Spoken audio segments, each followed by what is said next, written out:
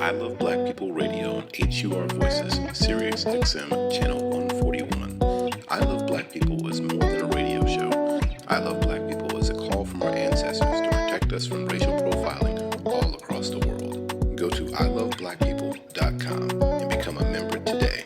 Membership empowers you to live fearlessly and protect Black people globally from racism and xenophobia. Join us today and become a member of our global network with an online global green book with Black-owned and Black-friendly businesses to protect you and your community. Membership is free, and with you, we will become 10 million strong worldwide. I am because we are. And welcome to another I Love Black People episode. And today we've been really blessed by a wonderful brother that's been dedicated, committed, and literally has helped guide me and many of my travels and business opportunities.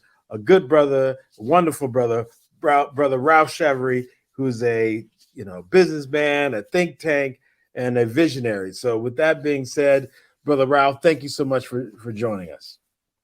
Thank you very much for having me on. I appreciate it. Thank you for the intro. I'm humbled, but a very simple word. I'm Haitian. I was born in Haiti. I grew up in the United States, in New York. I left Haiti since the age of 5, but I returned in 1985.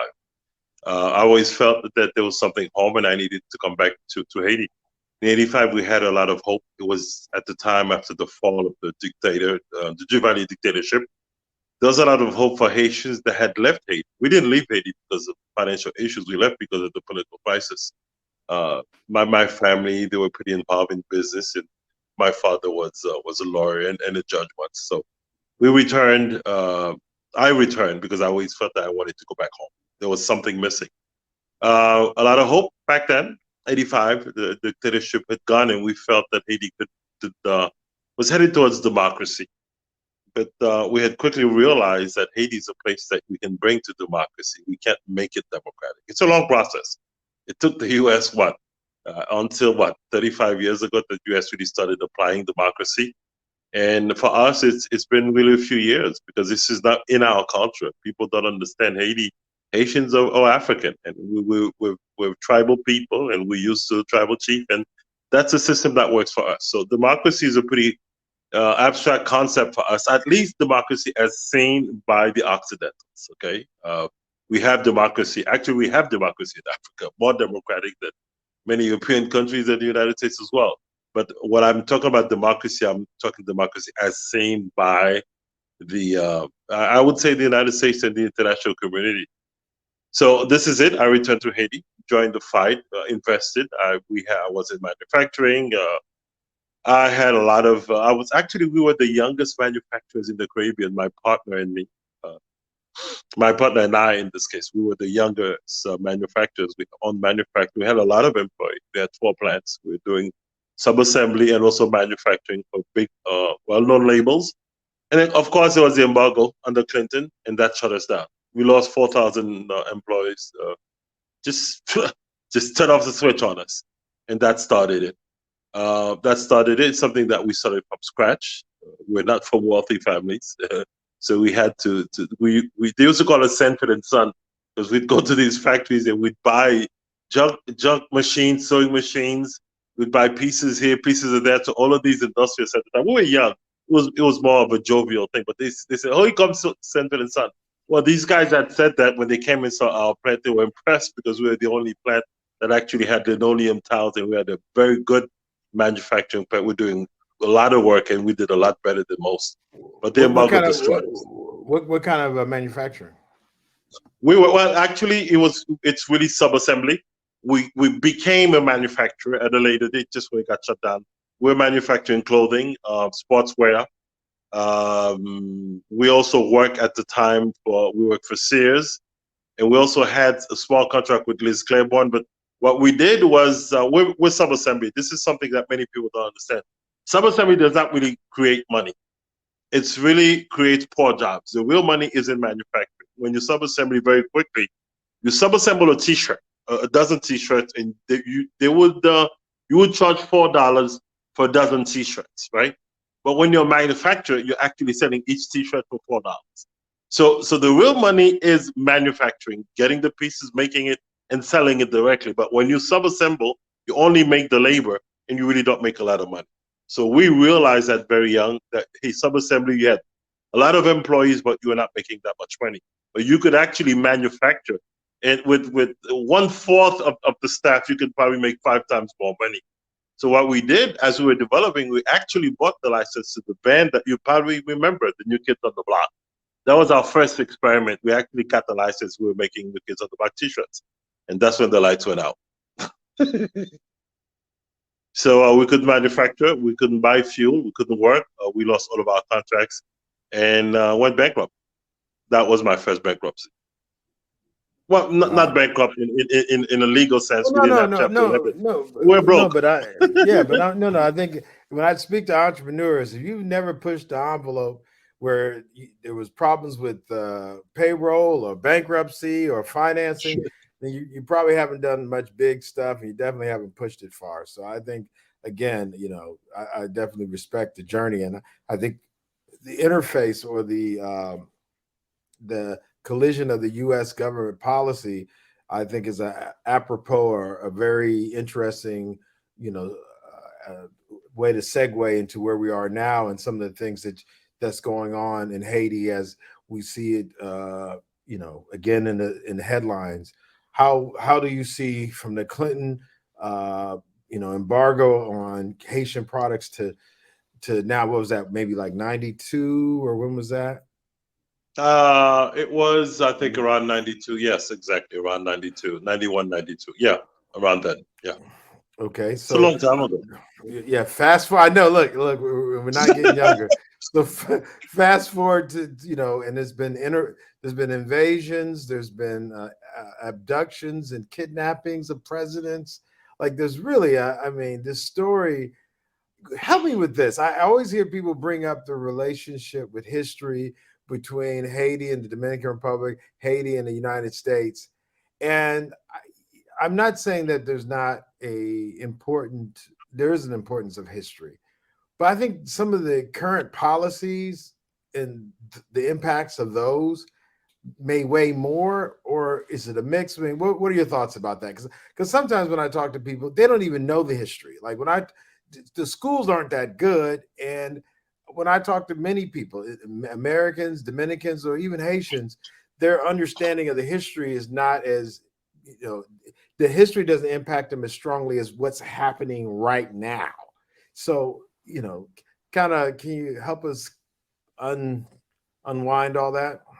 Yeah, yeah. Let me briefly. Haiti is all about history. That's really to understand Haiti. You need to know its history because it is unique. We also have to know one thing: there is not a country in the world that's ever developed on its own. The United States was developed by Europe. Europe was developed by the Romans, and you can go back to the Etruscans, to the Greeks, and there's always somebody creating a new nation.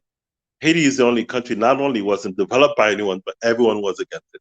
You have to understand what it's like. Here is this black nation that beat Napoleon Bonaparte. The big Napoleon Bonaparte, they talk about Waterloo. Waterloo was not his first failure. Haiti was. And Haiti defeated Napoleon, period. That's what it was. And it just shocked the world. But also, Haiti cut the most profitable venture, which was the triangular trade with the slaves. Haiti cut that. People are making millions of dollars, and Haiti cut that. That's stunted. People need to know that when they call the European Renaissance, well, the Renaissance was for Europe, not for us. The slaves, Renaissance was built on the back of slaves. Before slavery, an African city was no different than a European city. It just changed because of slavery. So now here's Haiti. We stopped this big trade. A lot of money was being made. Europe developed Renaissance and all these things, and now we had our revolution. 50 guys took to mount 50 slaves just took to the mountains and said one thing: liberty or death. They didn't say liberty or hotel, liberty or music, liberty or fun, liberty or death. And to this day, it's a success. People don't understand the situation that Haiti is living in and say, wow, was it worth it? Listen, Haiti, no matter what it cost us, no matter what it's costing us now, we will never go back. It was worth it. Okay, the life of a slave, when we see what was going on and how we're being treated, no matter what we're going through, we're very proud of our achievement in spite of how we are seen as an impoverished and unsuccessful country. But what people don't know, Haiti is not like this because of Haitians. Haiti is like this because of a systematic policy. Haiti is being kept. After Haiti had its independence, the United States imposed a 60-year embargo on Haiti. Now, anyone that does economics, you know what that means. A country that is isolated after it defeated Napoleon, okay, and it was a warring country, a lot of problems, people were fighting. There was an embargo. And now, after this embargo, years, there are many stories, even after when we go into deforestation, the things that's destroying Haiti. We know there was a hand of the United States with the shadow plantations. Our first sign of inflation, our first inflation started from American involvement in Haiti politics until we were occupied in 1915. It's been an ongoing struggle in Haiti, and until the day that there was an embargo. Now, the funny thing was, the United States invested 10 years of work in developing the subassembly sector in Haiti. It took one president to just shut it down, and that destroyed Haiti. You know, embargo is a declaration of war. To me, we were at war. The United States declared war, economic war. So this is where I kind of, I realized this in business and politics, it's tied. At least if I choose to be here in Haiti, I need to be connected. I need to get involved. I need to know what's going on. So this is really what introduced this flair in knowing that I couldn't let, you can't do business without politics in Haiti. It's just not possible. It's a hand in glove relationship. When I say politics, I don't mean as far as running for a position, but as far as being informed and trying to have access. Because the big player, the big guy with the big stick is the United States of America. They control everything. So the key thing is trying to find a way where you can get people to support you. We work with members of Black Caucus. We work with Conyers. We work with Charlie Rangel. A lot of people that felt and wanted to help Haiti, but it was just not enough. Now, what's happened, people are saying they're tired of Haiti. Well, let me just share something with you. There is not one policy from 1985 and even before till now which was not imposed by the United States. Haiti has never done anything. Whenever you hear that, well, we don't want a president, all of these things, everything you hear, policies has been really designed and imposed by the United States.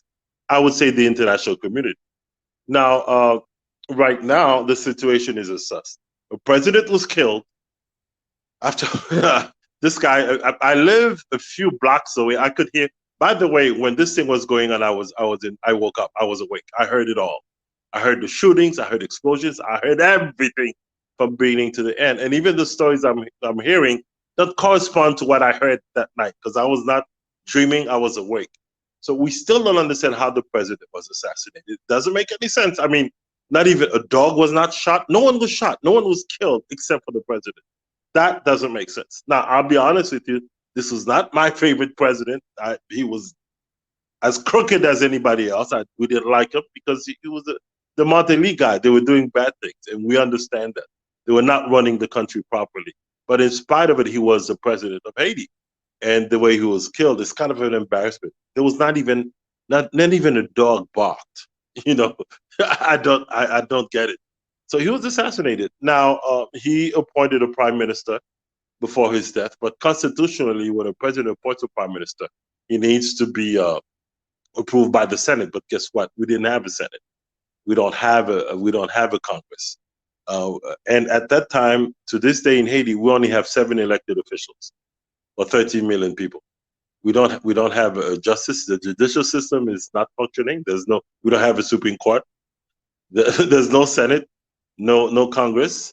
None of the mayors were elected. They're all presidentially, they're all appointees. And this was started from the PHTK, Michel Martelly, Sweet Mickey regime, and Jovenel. So this country is not functioning. Well, when Ariel was appointed, he was appointed by a simple tweet from the US. They made him prime minister, which is fine. Okay, you did that. But people are saying this guy is no good. We don't want him. Millions people are taking to the streets. And everybody says this guy is out. But the international community maintains they want him in.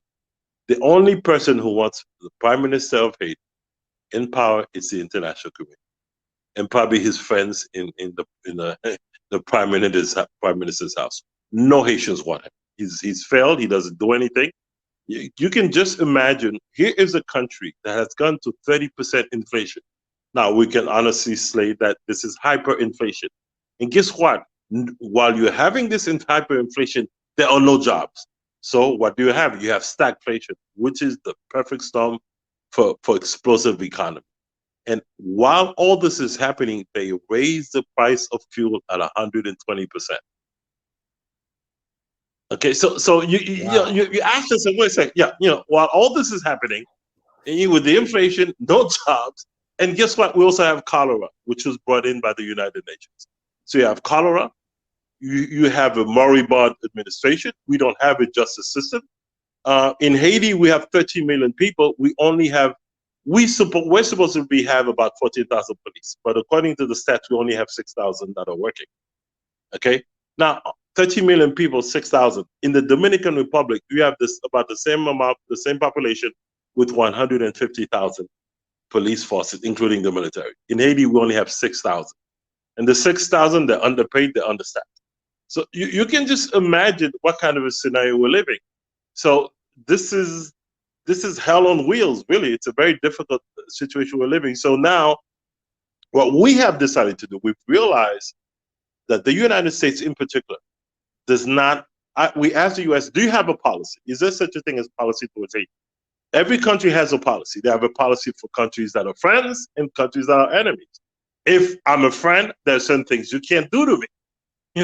So what we've asked is, do you have a policy? Well, the United States does not have a policy.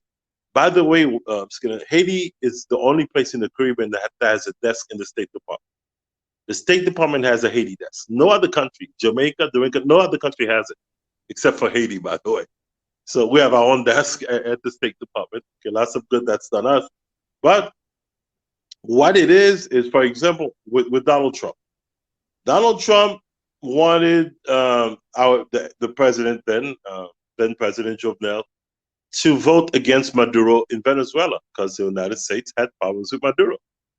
They said, well, in spite of the fact that you need to know that Venezuela gave Haiti billions of dollars in fuel. Okay, gave us the best deal which we could have rebuilt Haiti. They did it with the Dominican Republic as well. But of course, the Dominicans used it intelligently. These guys in Haiti stole it. But in any case, they gave Haiti a big support. And Jovenel, in spite of this, voted against Maduro because the United States asked them to. But guess what? Because he voted against them, the United States decided to give him all the support he needed. Didn't matter what you did. Okay, you did that for us. So there's no policy. There's what we call inner dealings. That's what they did. And now fast forward this to Biden.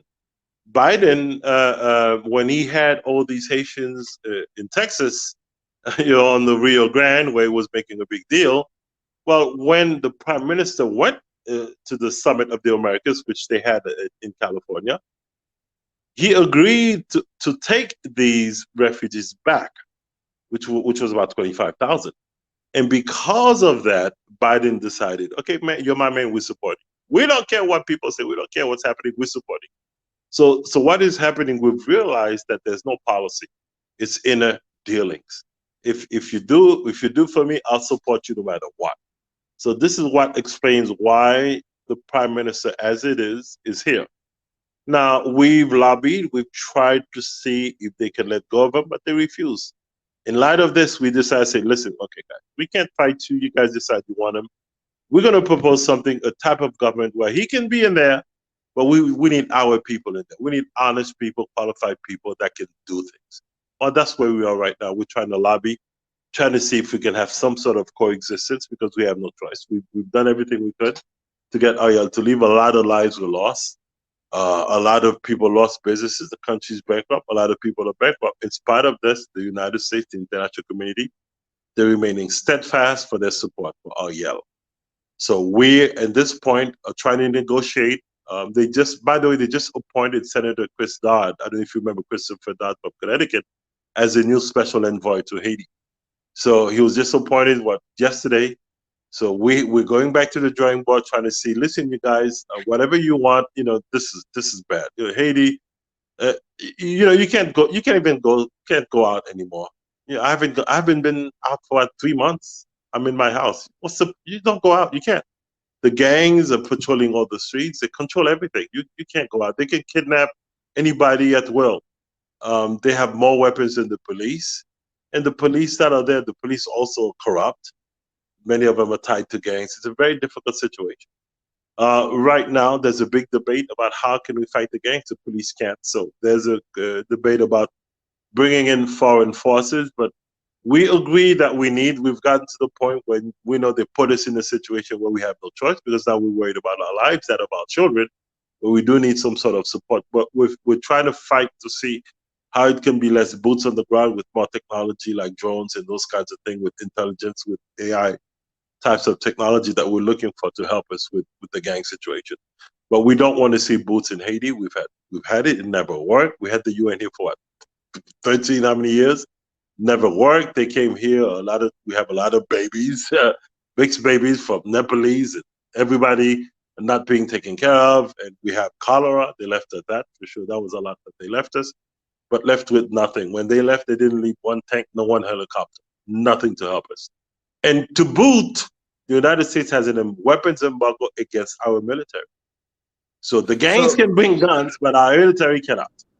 So the U.S. can get illegal guns to the gangs, but you can't buy official weapons for military, for your own military. No, you can't. They have an embargo. What was the rationale for they wanted? Because we hear a lot about they want to send peacekeeping forces, but why don't they allow you to have your own, self-determination with your own military? And not saying I'm for militaries. I'm definitely anti-war, but why would they, on one hand, say they're going to send soldiers, foreign people, when they don't support the self-governance or enforcement? Well, this is a big question. And when you ask yourself that question, you don't assume that people are illogical. You assume that there's a hidden agenda. That's all I would say. And then, as it relates to this day to day, I mean, you just said you haven't left your place for 3 months. Like, how are people functioning with gangs controlling the street? I mean, how do you eat? How do you, watch Netflix? I mean, like, how does this work? Well, I get to luckily. Well, again, this is I'm blessed. I really feel bad about many people that can't afford it. We just happen to be the ones that are lucky enough that we have the means to certain things. We have solar panels. I have an inverter. I get electricity. I have my generator, and we have we do have some messengers and drivers for things that we need to do. But I myself don't go out anymore. Well, first of all, there's nowhere to go. If I go out, I go out very rarely. When I do go out, it's really to meet. For example, we're supporting the president-elect, who we hope will head the transition. That's really what I do. I would go to meet with them. That's with him. That's what I would do. But I really don't go out unless there's a real reason. I just don't go in. There's nowhere to go. There's nowhere to go. So I stay home. I'm a homebody anyway. Look, as I get older, we stay out later. I mean, stay in earlier and don't go out as late.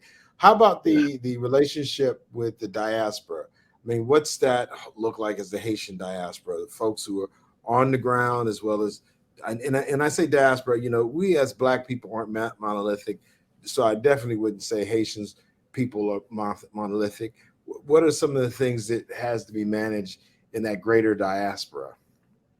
I'm very involved with this because I believe that the Haitian diaspora, at least the one in the United States, is the solution. One of the things that many of them are very upset with the Biden administration, they're setting up voting blocks, which they've realized that Haitians voted 95% Democrat, but now they're saying, what's the point of voting Democrats because you're behaving just like Republicans? So Haitians are beginning to look at it differently. As a matter of fact, with the runoff in Georgia, people don't know this, but Haitians were the ones that really got Roanoke elected in Georgia because Haitians have about 80,000 votes, and they really swung it on his side. So right now there's a runoff December 8th. There are very many questions about, why should I vote Democrat? Because you're not doing anything for us. So we're really mobilizing the Haitian diaspora. We have a lot of associations within our group medical associations, engineers, really power players, asking themselves a question. FDR said it. Okay, I like your idea, now make me do it. So Haitians have realized that they not only should vote, but they should make sure that whoever they voted for at least does what they want them to do. Brother Ralph, appreciate you for everything you've done for me and my family. My wife gives you greetings. Thank you, thank you, thank you. If I didn't have a thousand tongues, I have to say it again. Thank you, thank you, thank you. And as I always ended, I am because we are, and I definitely wouldn't be me without you. Thank you, Brother Ralph, and you have a good one. Thank you very much. I learned that word Ubuntu from your session, and I love that. These are two words I learned. I learned Uhuru and Ubuntu. Thank you very much, and I keep them in mind. Thank you.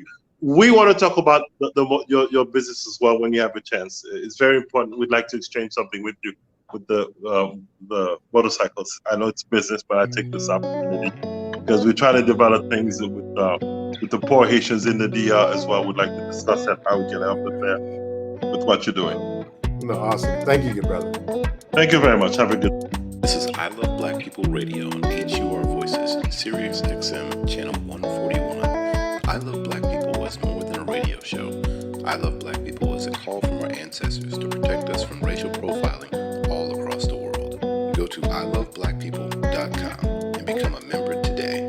Membership empowers you to live fearlessly and protect Black people globally from racism and xenophobia. Join us today and become a member of our global network with an online global green book with Black-owned and Black-friendly businesses to protect you and your community. Membership is free, and with you, we will become 10 million strong worldwide. I am because we are.